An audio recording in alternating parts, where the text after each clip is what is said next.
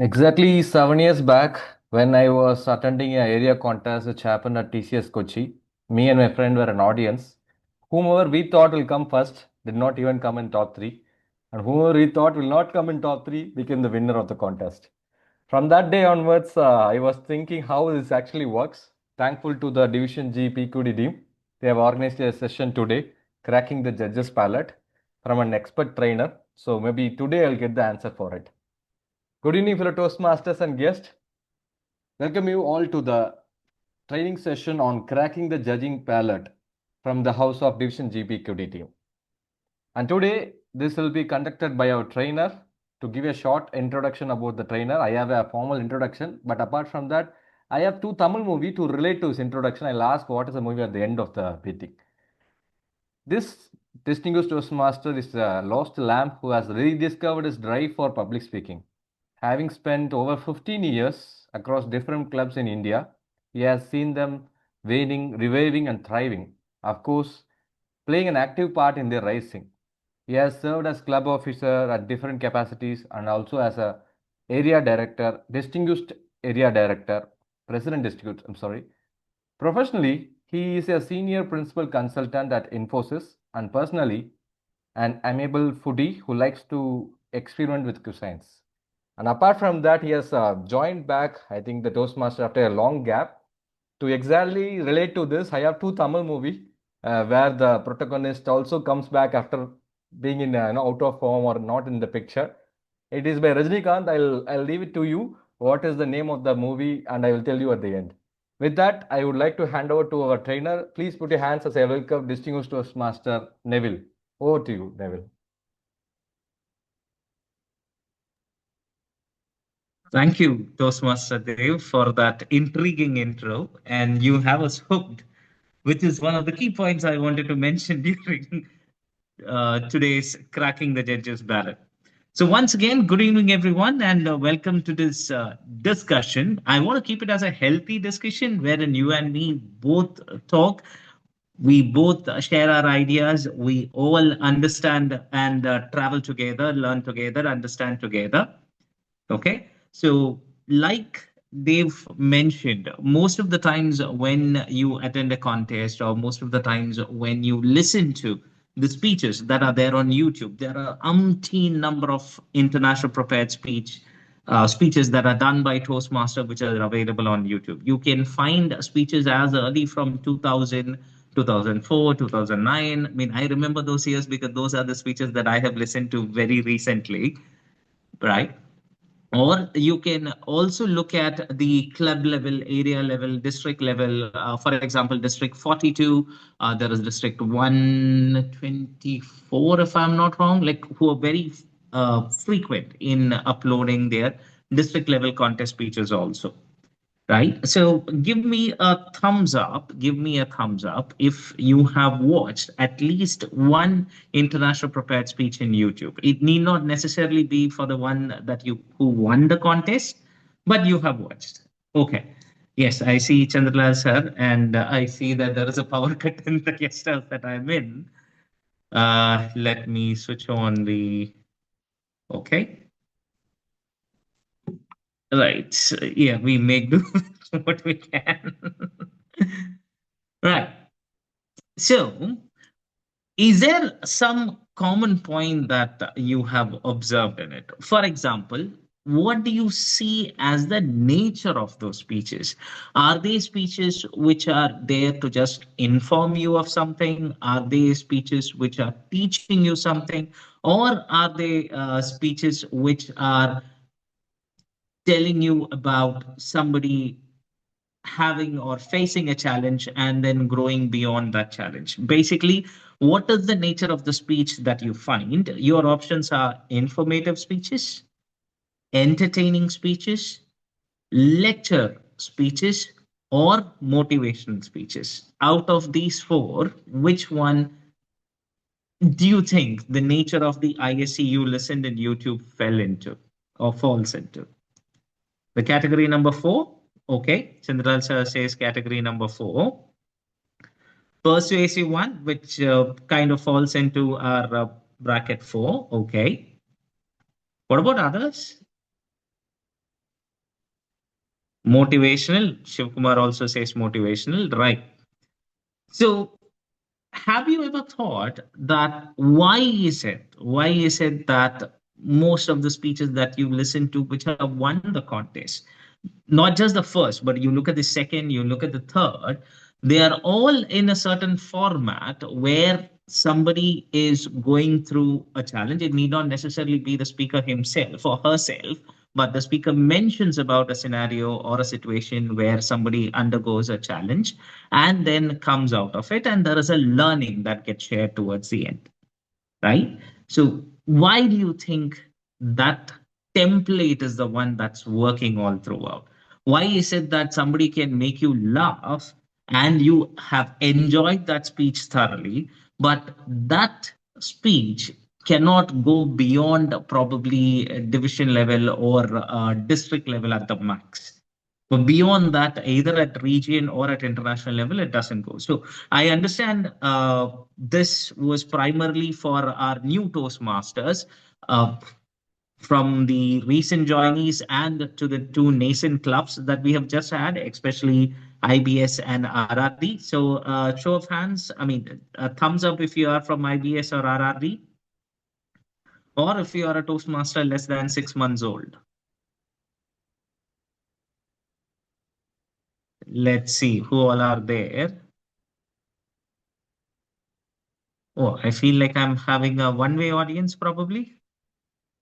Hi, Anu, we see you. How young of a Toastmaster are you? I am in Toastmasters for the past 6 years.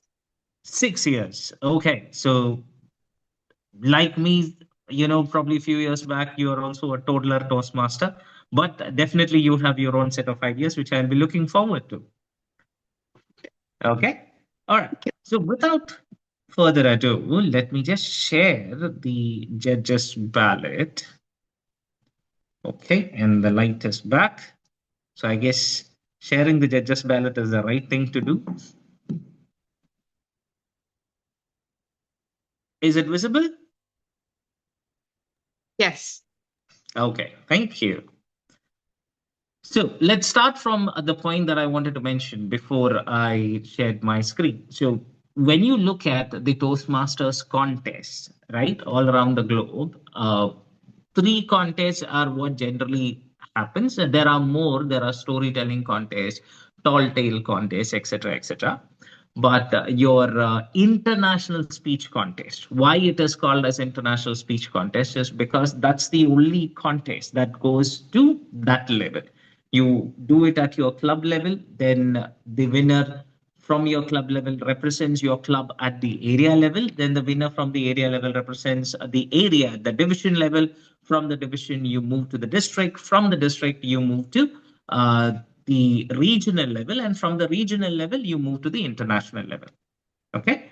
The other three contests, your humorous speech, your evaluation, and your table topics contest, for them, the highest level is the district level itself. Okay. The speech contest, the prepared speech contest is the only one that goes till the international level. So, hence, it is titled as International Speech Contest. Okay.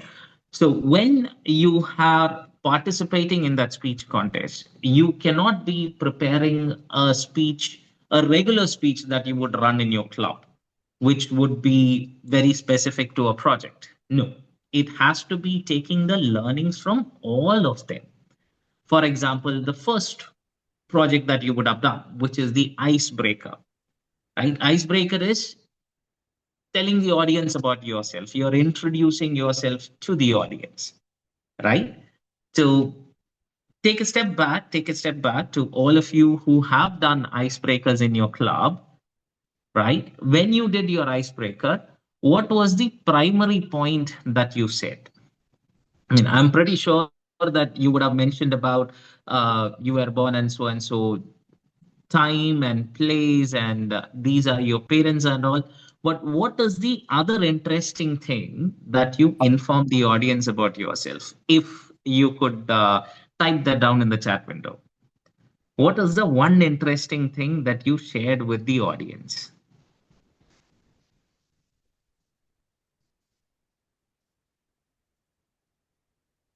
Just type that in the chat window.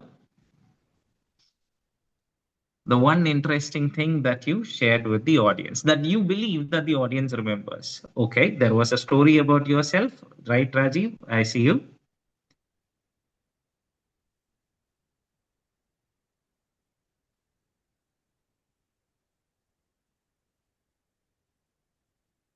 I mean, the memorable failed in all subjects, right? Oh, you did the mono act. Okay, nice. All right, all right. See, what I'm trying to say here is even when you yourself look back at your first project, right? What you remember is something which was out of the ordinary because everybody would have spoken about their parents, their siblings, their education, how they were in college, where did they do their schooling, how they got in, or what they are doing currently right now. But what is that hatke wala thing? What is that different thing that you've informed about the audience? Informed to the audience about yourself. That could be a story, that could be a mono act, that could be, you know, oh, from Hindi teacher to software engineer. That's an interesting journey, right? So, such interesting things, which could be about yourself or somebody else, is what stays with the audience. Okay. And if you look at the judges who are going to evaluate your speech, they are also human beings. Irrespective of how many trainings they undergo, ultimately, each and every one of them would have their personal preferences. I'm not saying biases because as a judge, we train them to not to have personal biases, but they would have their personal preferences. Okay. When I say personal preferences, what I mean to say is what if the line of thought you're catching in your speech is something that one of the judges might have undergone themselves. Okay. What if the scenario or the incident you are mentioning is something or a task or an action, a call to action that you're doing is something that the judge has already done, has seen the benefit of it. So all of this is going to positively influence them. Correct? So those are the points that we will keep discussing. How do you positively impact the judging ballots and through that the judges so that they are or they have to give you marks now, right? So this is the international speech contest judging ballot. So if you see, especially for our new members out here, the major split up you can see is this one.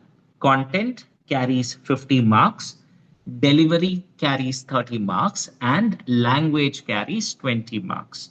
So 50 plus 30 plus 20, you have 100 marks in total. Okay. And as a judge, what I would be doing is that under each category, there are some subcategories. And for that subcategory, if as a judge, I feel that you were excellent in it, I will directly mark you with 15 marks. If I feel that you were very good, then probably here is the split up. You could get anywhere between 11 to 14 marks.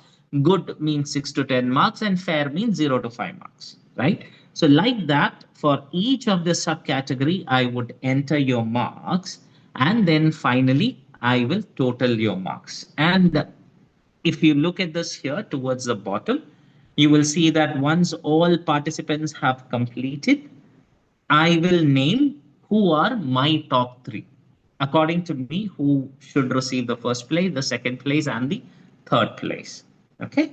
Like that, when you look at all the speech contests, you would always have an odd number of judges.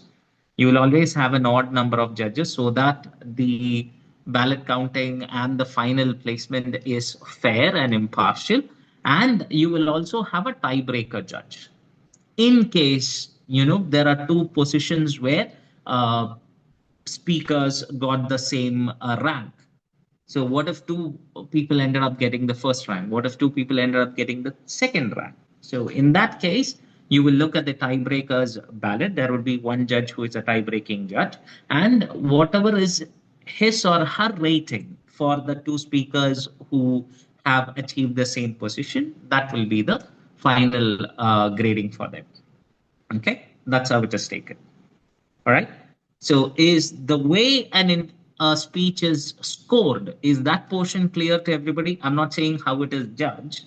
The way an international speech is scored or rated, is that clear to everyone?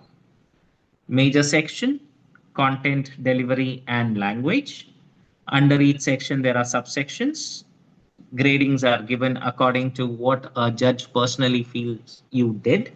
And then finally it is totaled. Then I would mark my first, second, and third, and the total of everybody's first, second, and third is taken. Whoever gets the maximum first ends up being the first. And in case of a tie, there is a tiebreaker ballot. Okay, that's in a nutshell what happens when we judge a contest. Now let's deep dive into each of them. Okay. So first up, let's have a look at the content portion. The 50 marks, the major chunk of the score you get is here. All right. Please have a look at the subsections. Here. You can see that there is a subsection called as speech development. There is a subsection called as effectiveness. There is a subsection called as speech value. Okay. Now, you tell me, and you have heard this multiple times in all Toastmaster speeches, especially if you have undergone through a speechcraft workshop, you would have heard this before. What is the time, the initial time you get to hook the audience to your speech? Is it the first 2 to 3 minutes? Is it the first 1 minute? Is it the first 30 seconds? What is the time that you can best use to hook an audience to your speech? The first sentence, Anu says, okay. Anu, in terms of, give it to me in terms of time. Is it the first 30 seconds, or is the first 1 minute, or is it the first 2 minutes? 30 seconds? Yes, 30 seconds to 1 minute is where you have to hook the audience to your speech. Okay, which is why, if you look at the first subsection, it is speech development. Did your speech have a proper structure? Structure in the sense, did it have an introduction where you were able to hook the audience to your speech? Then did it have a body and a proper conclusion? Right, where you were able to finish your speech with a good message. Then it looks at the organization of your speech. What do we mean by organization? Did you flow from idea 1 to idea 2 in a very natural manner? Was it easy for the audience to follow? Right? Was it visible that you were transitioning between ideas? And for every idea that you mentioned, was there a supporting material that you gave? Right? So in most speechcraft workshops, this is what we share, that have an introduction. In your body, have 3 main points, and for each main point have a sub point, and then you come to the conclusion. Right? This is the general template that we share during speechcraft, but feel free to modify it however you want to. You don't have to stick to always saying 3 points. You could have 4 points also if you are able to adjust your time accordingly. But one key point that I will share here with you, especially during speech development, your written content, right? Your written content, the content that you write for your speech should, and when you read it, it should be somewhere between 5 to 5.5 minutes. It should not go beyond that. Okay, don't write an entire essay for your speech. Okay, Anu, I see your question. What is meant by supporting material? So, for example, if your speech, so one of my speeches was about kindness and how somebody helped me, even if, it meant that person was going far and beyond, then you give that an example of such a situation. That at so and so time I was stranded somewhere, but this person helped me out and helped me reach my aunt's place and all, and how you carried it forward. So carrying that act of kindness forward was the core message of my speech. So I kept mentioning 3 instances where somebody did it for me, I did it to somebody else, and that person carried the torch forward. Okay, that way. So supporting material is that your core idea, split into three portions and each of them having supporting material. Okay. So speech development, is that clear with everybody? I mean, how important it is to have an engaging intro and a powerful conclusion and a well organized body with points and subpoints. Is it okay with everybody? See, why is the subcategories given is, see, not everybody's main point would be writing a good speech. Not everybody's main point would be using the stage effectively or having a good body language or having a good vocal variety. Not everybody would have all of these subcategories as their strengths. But if you understand the split up, that is a maximum mark you can get for something, then you now know what is the area you need to work more on, right? Whatever is your strength, sharpen it well. But wherever you feel like, okay, this area, maybe I can get more marks, practice more on that. That's the idea that we are looking at the split up. Okay, now let's come to the effectiveness of the speech. Honestly, I feel this should carry more marks because somewhere at a subconscious level, this influences the judges for all the other points. I mean, personally, I feel that way. And probably senior judges, if you're there in this, you could type whether you agree or disagree with me. I'll tell you why I feel that way. Is, see, this part, the effectiveness of the speech in terms of the relevance part, where I was telling you before that how did the audience relate to that topic? And as a judge, I am also part of the audience. So to me, if the idea that you are presenting, the purpose you are presenting with your speech, the how you are going to achieve that purpose, the relevance of that speech, if it resonates with me, then obviously when I mark all the other areas, that influence will be there, right? As simple as I can give you a best example. Like if there is a restaurant that you like, right, where you have tried out most of the dishes and you like that a lot. Maybe one of the days you went with your friends to that restaurant, maybe there was too much of a wait time, or there was, one of the items were not up to the mark, but you will still go back there again, right? You will defend that restaurant, right? So the same effect happens in speeches also. So if it is something that resonates with me, then obviously it will affect when I am marking for your speech development, when I'm marking for your effectiveness, when I'm marking, the language portion and the appropriateness. See, technically, this 10 plus this 10, 20 marks is where if you are taking a topic that a larger portion of the audience will understand or which is relevant to a larger portion of the audience. See, you and me have our personal stories or something that we feel very strongly about. What I'm trying to say here is that when you are considering what is the topic or the theme that you select for your speech, shortlist a theme which you can also relate to and a wider part of the audience can also relate to. Okay.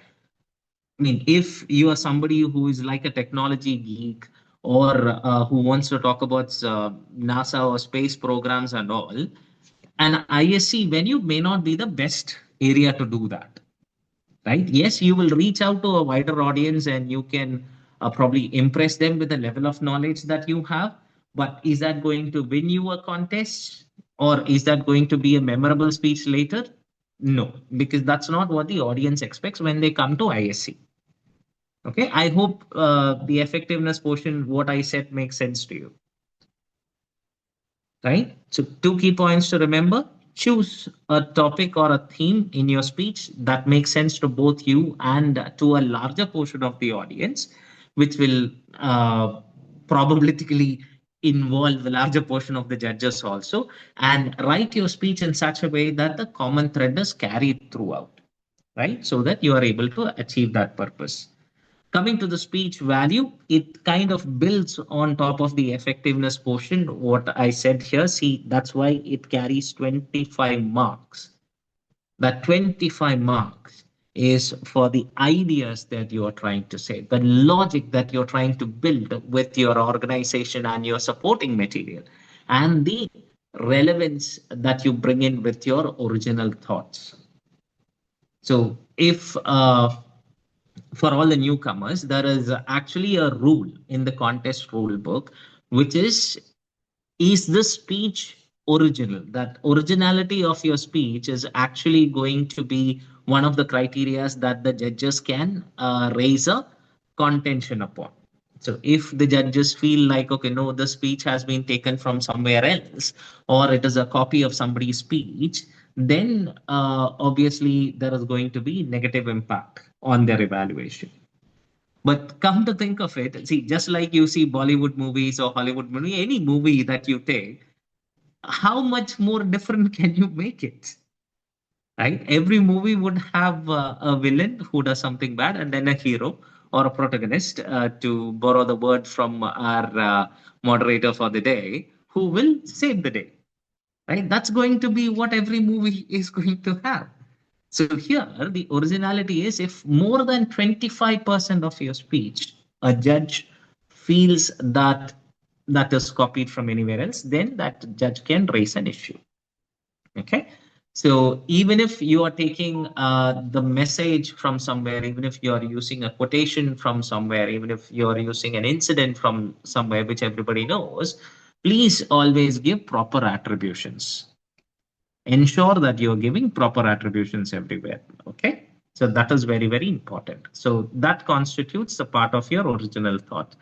The idea, which I will touch base upon here again, effectively, how you're presenting, the logic is this, because this is not a Bollywood movie like or any other mass action movie where logic and physics are defied. In an international speech, you need to have a consistent logical thread. Okay. Then this portion, the physical portion, I actually want to show you. So let me stop the screen share for a moment. Right. Any questions on that part? I know I just have probably another 10 more minutes to get to the last 2 points uh, before we go to the Q&A session. But very quickly, effectiveness and speech value, is everybody okay with it?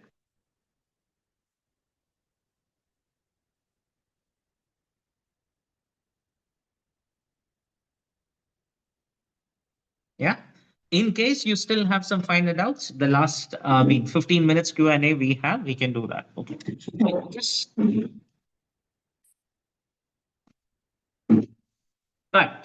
So coming to body language portion. We have spoken about this before. I mean, you have done speech craft, so obviously you know there is a body language part, right? I'm going to talk about the physical in terms of all three aspects: your appearance, the body language portion, and the use of stage. All three things. Now, the first part, what is meant by appearance? For example, there was one speech which I remember it won, I think, runner-up at district level, which was about keep talking, keep walking, keep talking. That was the speech. Keep walking, talking. That was the title. Okay, keep walking, keep talking. That was the title. Can somebody type what from that title? What do you expect the speech to be about? Keep walking, keep talking. What could be a premise of that speech? Okay, walk the talk is one. Nice, that's a good guess. Okay, so in the interest of time, this I think some of you would have guessed this also. So here was the speaker talks about himself being an athlete, but he had an injury where they ruled out that whether he would be able to participate in competitions anymore. And he was also a shy speaker, but you know, he kept on practicing, and finally he was able to keep walking, and he was also able to overcome his stage fright and keep talking. So that was how it was. So now, do you think that since he was going to present a speech where he wanted to portray himself as an athlete, would it make sense for him to come in blazers, in formals with tie and all, like you would have normally seen your international speech contestants? Or would it make sense if he came for a speech more in a runner's costume and completed the speech? There was one more speech where he was talking about, another candidate was talking about his experience during mountain climbing or trekking. So there, do you think that person should be in all formals, or better to wear something that relates to the story that you want to share? Yeah, you feel the person is it the story is conveyed better if the person is wearing a costume, right? Right? Right? Yeah. Exactly, exactly. So both of these candidates, although this was at district level, right? These two speeches happened at district level, and they won first runner-up and second runner-up, right? And their speech, I Please stand remember. away from the doors. I should stand away from the door. Is that point related to probably usage of stage? Okay. So the point being, dress according to your speech. To a metro. Okay, good usage of public spaces. Nice. So the first part, appearance. Be well dressed. Walk into the stage as if you own the stage, as if you have already won the contest. But be dressed according what is best for your speech. Okay. Next comes the usage of, your body language. The body language portion, keep it open. I do remember there was one question the last time I took this session that can I dramatize a speech or should I do a mono act or to what extent should I enact on stage?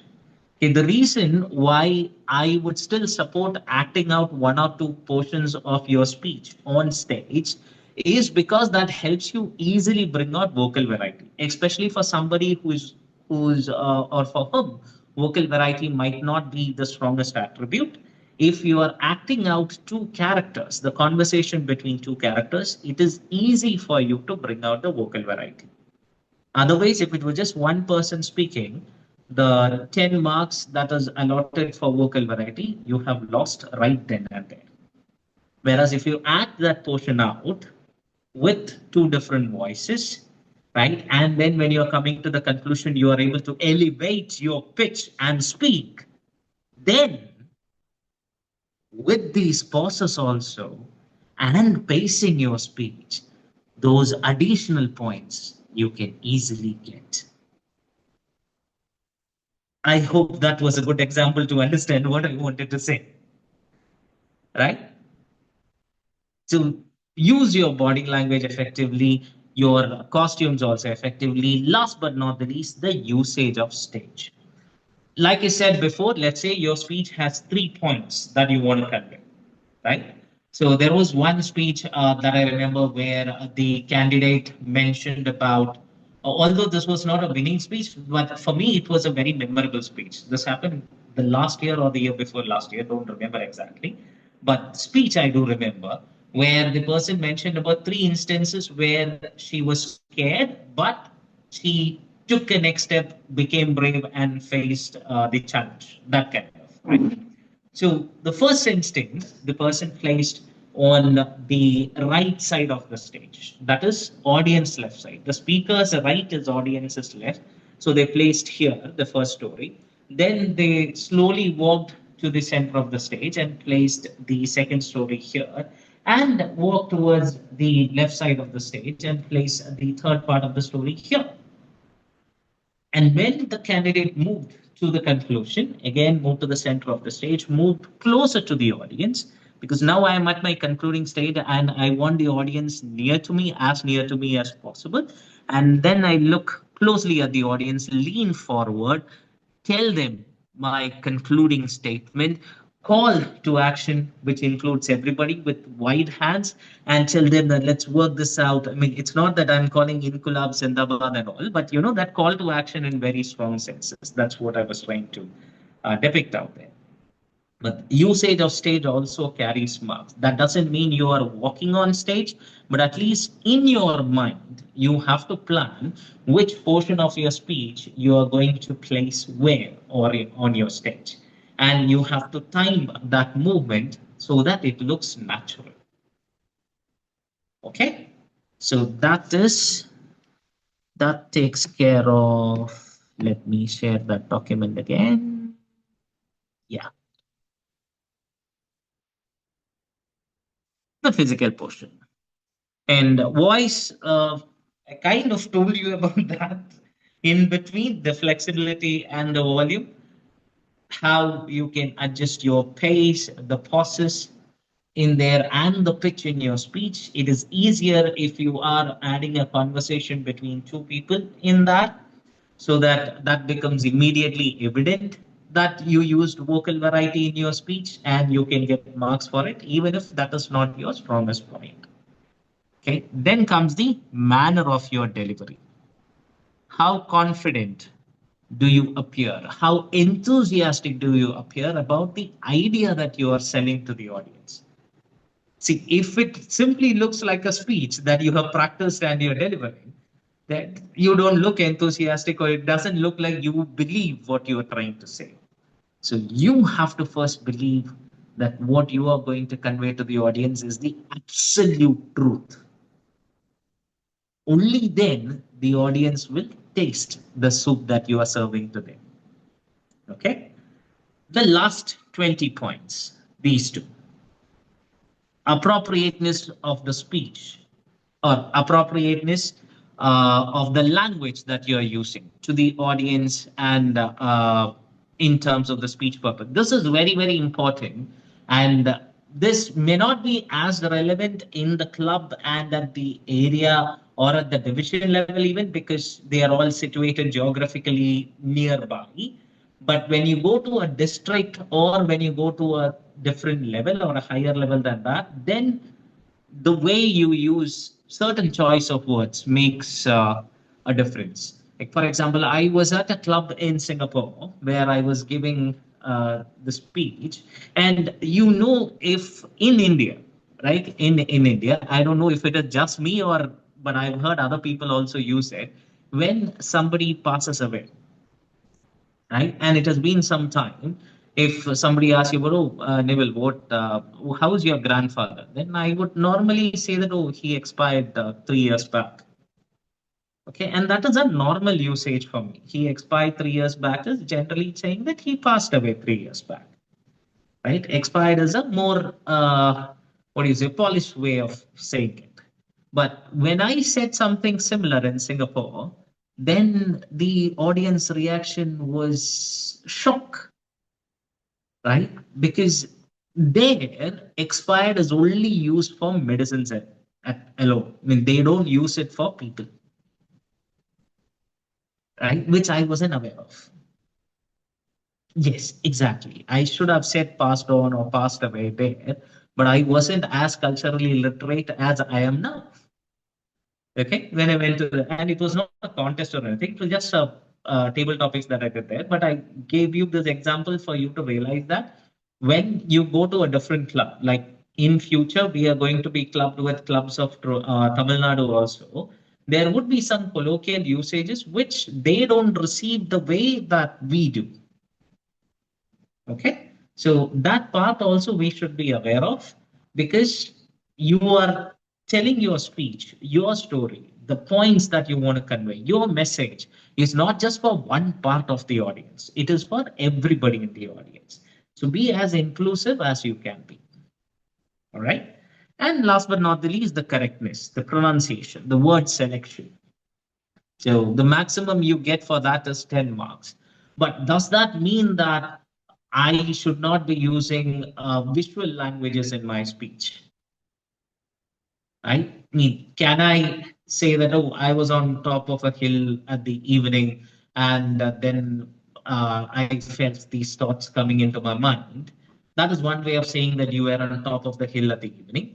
Or the other way you can say is that you were there, it was serene clouds all around, there was absolute silence, and everywhere you look at, all you could see was clouds or the green treetops. And then it hit me. That way also you can say that how that thought came into your mind. So while the first way you are using maybe two or three sentences and you are direct to the audience, they get what you're saying. But the second way, when you say, it stays with the audience because you're painting a picture with your words, right? So hence, what I'm trying to say is that if at all you are targeting the judges' ballot, don't look at simply understanding it and thinking about that, oh, maybe voice or vocal variety is not my strength, but I will use this so that I will at least get, 6 marks there. No, aim for 9 or 10. You have to aim for 9 or 10 for vocal variety. You have to aim for 15 marks in speech development. Unless you aim for the top portion and prepare for the top portion, you won't be ending up even in the very good section. If your aim itself is a very good section, then you will end up either in good or fair. Right? This is the age old axiom that all your teachers would have told you, your parents would also have told you. We have told our kids also multiple times for all the parents who are there in the group. Right? So, this is a true axiom. Always aim for the top. I mean, the best example is how would you. Nothing works. I work. Camera में वो piece लगा है. उतना ही है. There is nothing special in iPhone 17. Okay, how many There's no languages 18. were spoken in this one? I'm guessing Hindi was also there, and partly it was English too.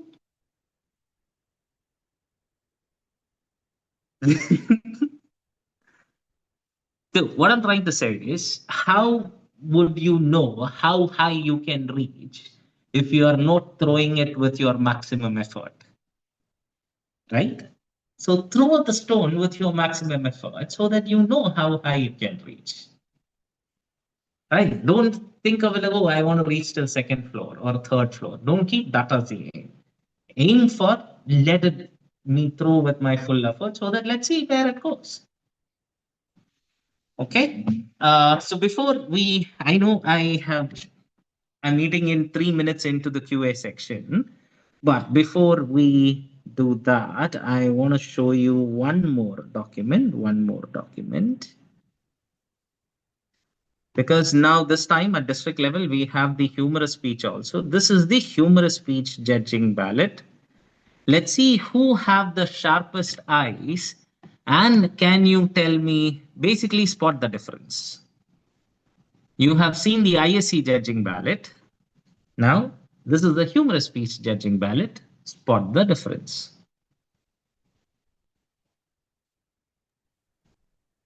Audience response, okay. There is a subcategory called as audience response that has 15 marks. Very good, very good. Good eye, very good eye. So do you see this here? Yes, the speech value is different. So speech development still carries 15 marks. Okay. Effectiveness, earlier it had 15, now it has only 10 marks. The speech value, earlier it had 25 marks, now it is in 15 marks only. Why? Because a humorous speech, it can be devoid of logic also. I mean, not completely devoid of logic, but it need not be 100% logically logical. Okay. Because in a humorous speech, you will use irony, you will use satire, you will, stretch it out to the maximum extent that you can. So hence, logic does not play such a big role in it. But what plays a big role is audience response. How frequently was audience responding to you? Were you at least able to get a giggle out of the audience? If not right out laughter, were you able to get at least a giggle out of the audience once or twice every minute? That doesn't mean you have to make it as a stand-up comedy session, because look at it. All the other things are still there. There is still structure, organization, supporting material. There is still ideas and original thought. There is still appearance, body language, speaking area, your flexibility, volume, directness, assurance, all the other things still apply. Okay, so humorous speech is not a string of jokes that you tell to the audience. It is your regular prepared speech where you are able to add funny incidents. So if you were making a motivational speech, the 3 points and supporting material that you would have used, like this one in your speech development, they would have been impactful, serious ones, where you say, yeah, this person had this challenge, underwent so and so, sort of like a hero's journey story you would tell. But if it was a humorous speech, then the same supporting material can be funny incidents. So that is what is meant by adding humor to your speech, not a string of jokes or a stand-up comedy session. That's not the idea here. Okay, so with that, I will part. Let's open the floor for any questions. Considering that we started 5 minutes late, I believe I'm on time. Please post your question in chat or you can unmute. Feel free to do either. It's absolutely fine.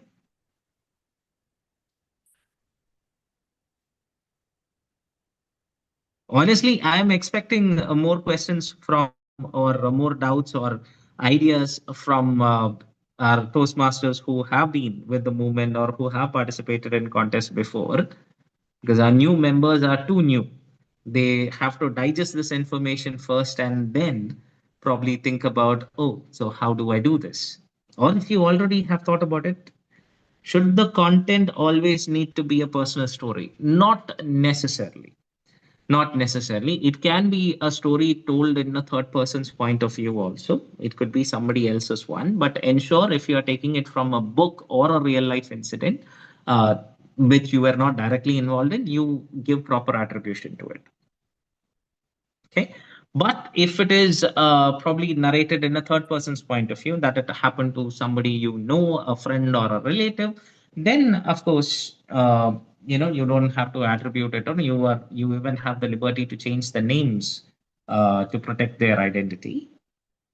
But yeah, need not necessarily be first person's point of view. It can easily be a third person point of view. Need not necessarily be something that happened to you. Okay. Yeah. Good question. Next. Criteria for disqualification. Okay. So let me split it into three portions. Okay. The disqualification is based on eligibility. The first one is on eligibility. Eligibility is the candidate a Toastmaster of good standing, a member of good standing. Member of good standing in the sense should be a member who has paid the renewal dues and all to Toastmasters International. So all the payments should be up to date. And not just that, should also be from a club of good standing. Okay, so club plus member of good standing, that is the eligibility criteria. And additional addendum to the eligibility criteria is if the club is more than 6 months old, then the speaker or the candidate should have completed level 2. Any pathway, level 2 should have been completed. If the club is less than 6 months old, then there is a relaxation to that particular rule. Okay.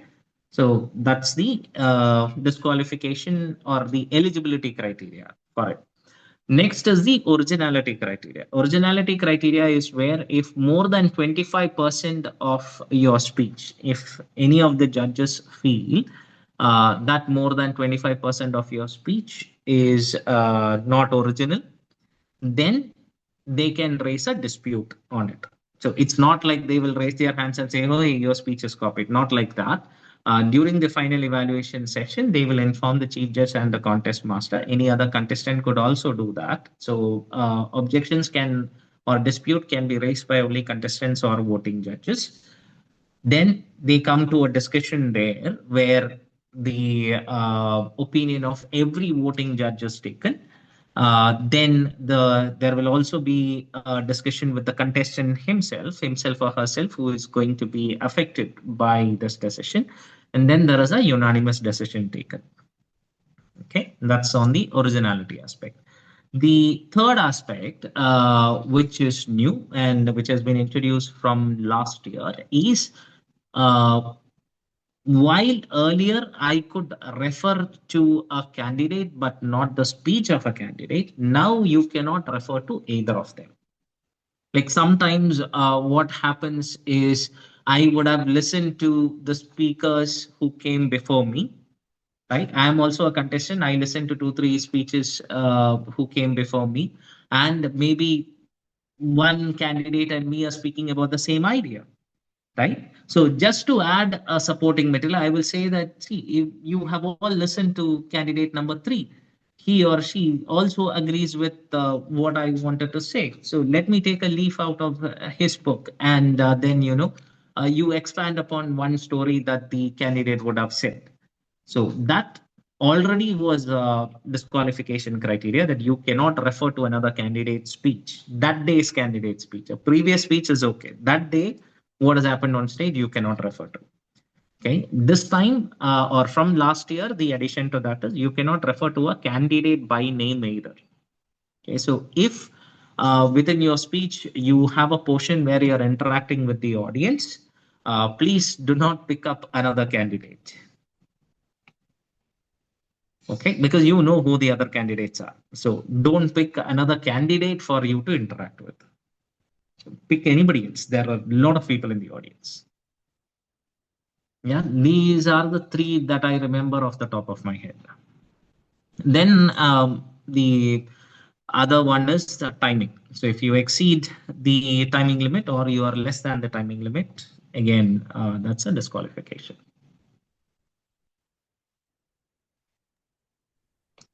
Yep. There are a couple of more questions, Nevil. Oh, okay. Let me open up the chat. Toastmaster Anu has asked, message is a must. Is message must? Is message a must? No. I mean, personally, no.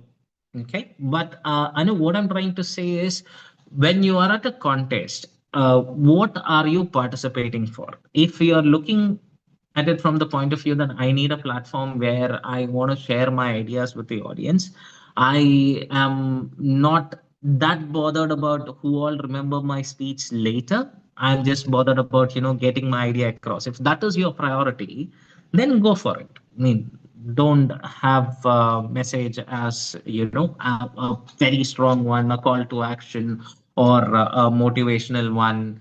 Not like that. Okay. But if you are a speaker like me, like whom I like it or I want it, that the next time I see somebody who has listened to my speech, tell me that, hey, I remember you spoke about this thing, right? So I kind of enjoy that feeling because I do that to so many other speakers also. I remember speeches of many of them whom I've listened to, and key points from them I take. So personally, I'm a person who picks out messages from everybody's speeches. So hence, naturally, I want my messages to also be remembered. So is that mandatory in terms of contest guidelines? No. Is that mandatory, or is message a key point mentioned in your rule book? Absolutely no. But like I said, the relevance to the audience, how did the audience receive your speech? Uh, how did you involve the audience in between? How was the audience's reaction to it? The level of message or the inclusivity of the message will affect all those portions. So while it is not directly there in the judging ballot, there is, or it is kind of like a hidden criteria. That's what I'm trying to say. Okay. Anu, I hope that answers your question to some extent. Oh, I'm in the chat window. I won't be seeing if you raise. Oh, okay. All right. There was one more question or two more questions. Wait, where is the chat? Quoting mention the name too. Yeah, if you are quoting, I mean, if you're using a quote, then please mention who made that quote or whom you believe made that quote. Because right now, with the level of WhatsApp forwards that we are getting, I am not sure who said what. I mean, other than Donald Trump, I can't believe somebody else said something. Anything stupid, I truly believe that DJT would have said that, but genuine things, I doubt. For table topic contest, what are the weightages for judgment? So let me just use a minute to show you the table topics ballot also.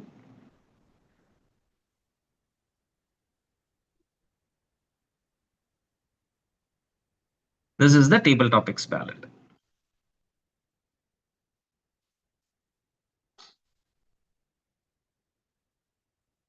So here, if you see, the speech value portion is completely not there because for very simple reason, it's not a speech.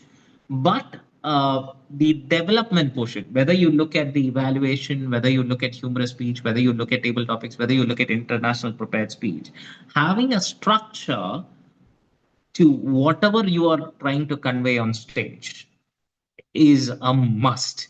You need to have an introduction or an opening. You need to have a body. You need to have organized set of points that you're trying to say and transitions between them. And last but not the least, a conclusion for it. Okay, this is the table topics judges ballot. We can maybe take another 3 minutes since we started 5 minutes late if there are any more questions, especially if there are any questions related to this. Sindhu, anything specifically here that you want to ask about? Because most of the things here we have already said. No, Nevil. Good. Okay. And I hope all of you are aware that there is a 21-day table topics marathon workshop that's running every night where you have like experienced and champion speakers coming in and sharing one idea each day about table topics. So it's different people every day, and they give you one key input, and you get to practice your table topics also. So you can inform beforehand if you want to be a table topic speaker. Yeah. Sure. Neville, Yeah. Shivakumar here. Hey, Shiva. Yeah, please. Neville, one question.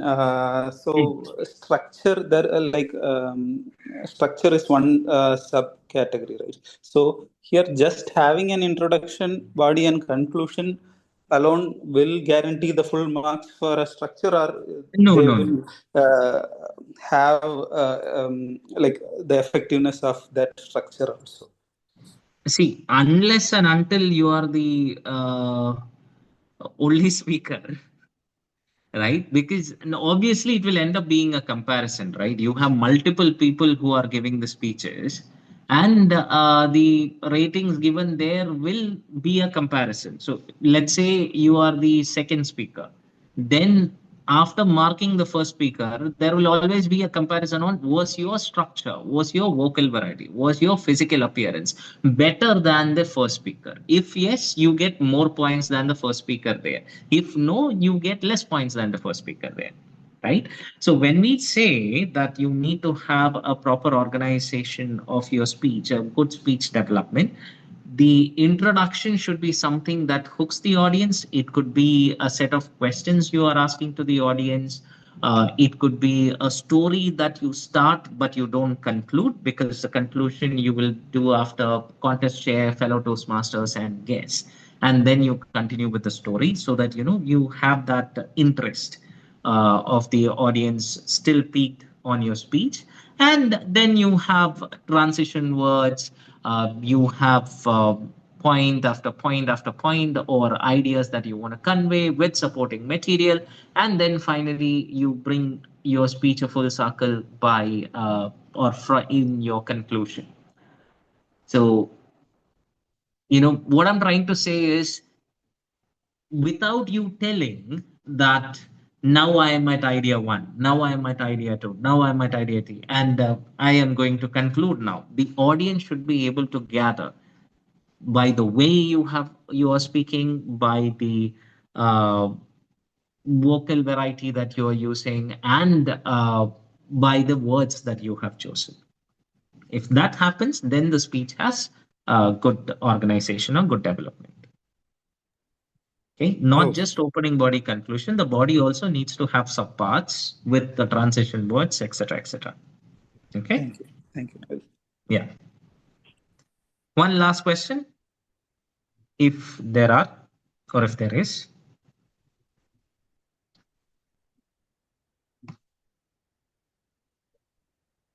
Nobody wants the evaluation ballot, huh? Toppings, humorous speech, and this one we have seen. Okay.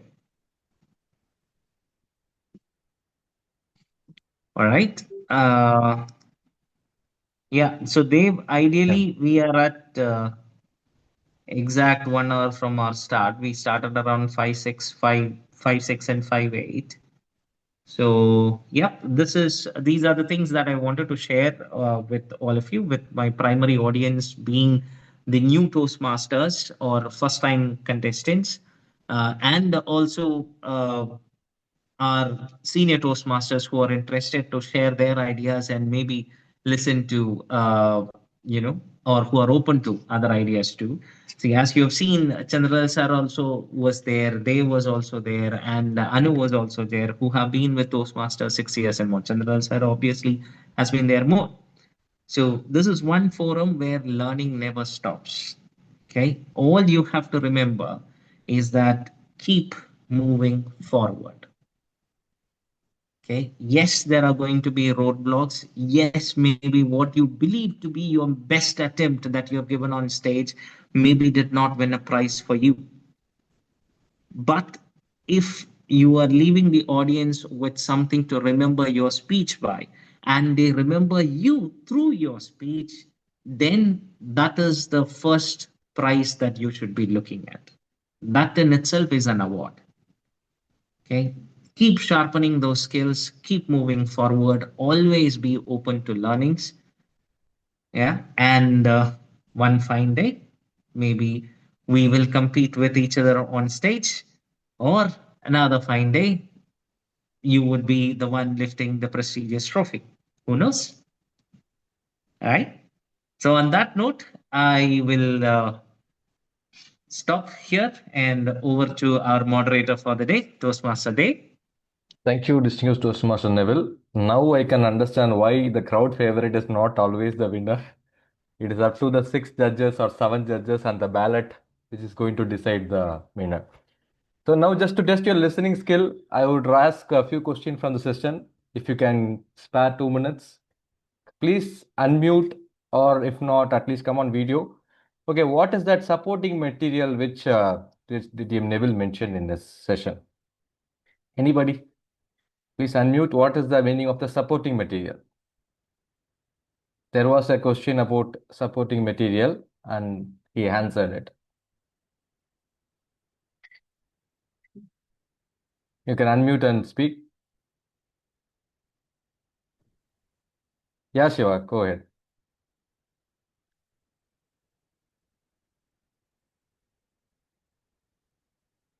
If you are okay. Okay, let's move on. The answer is the side story to support your main idea. Those are the supporting materials. So let's next question. He mentioned about a speech title, about a district speech. And what was the title? A runner-up speech. Keep talking, keep walking. Great. And what is that it is conveying? Why he brought in that example?